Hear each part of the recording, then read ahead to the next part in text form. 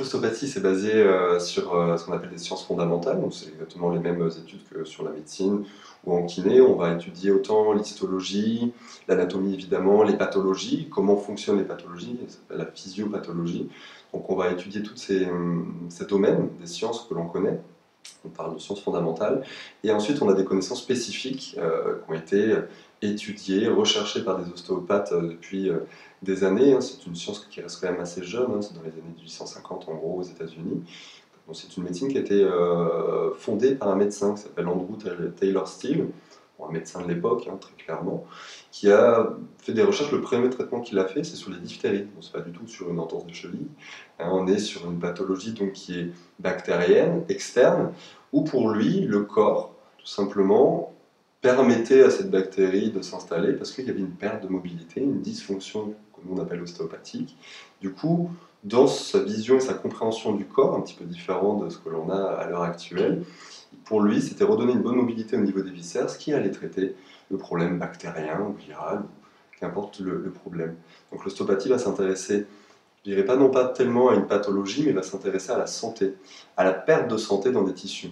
Cette santé, nous, on la considère sur des mobilités, donc du coup, on va travailler sur une bonne remise en mouvement des différentes parties et tissus du corps humain. Donc l'ostéopathie, c'est une médecine qui est autant curative que préventive. Évidemment, dans mon cabinet, là, tous mes confrères, on va travailler surtout sur du curatif, c'est-à-dire les gens vont venir pour une douleur qu'on doit essayer de traiter.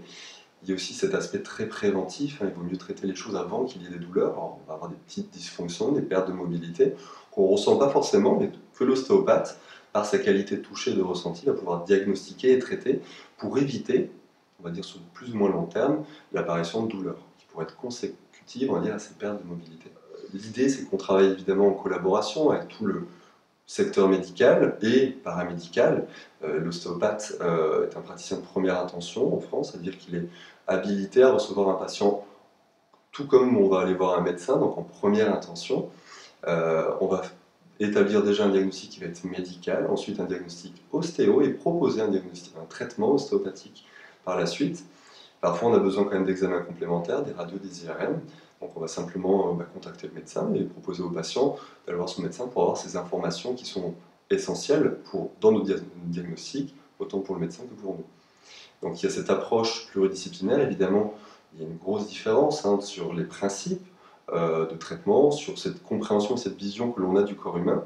Mais de fait qu'on ait cette différence entre la médecine et, par exemple, de l'ostéopathie, il se crée une complémentarité.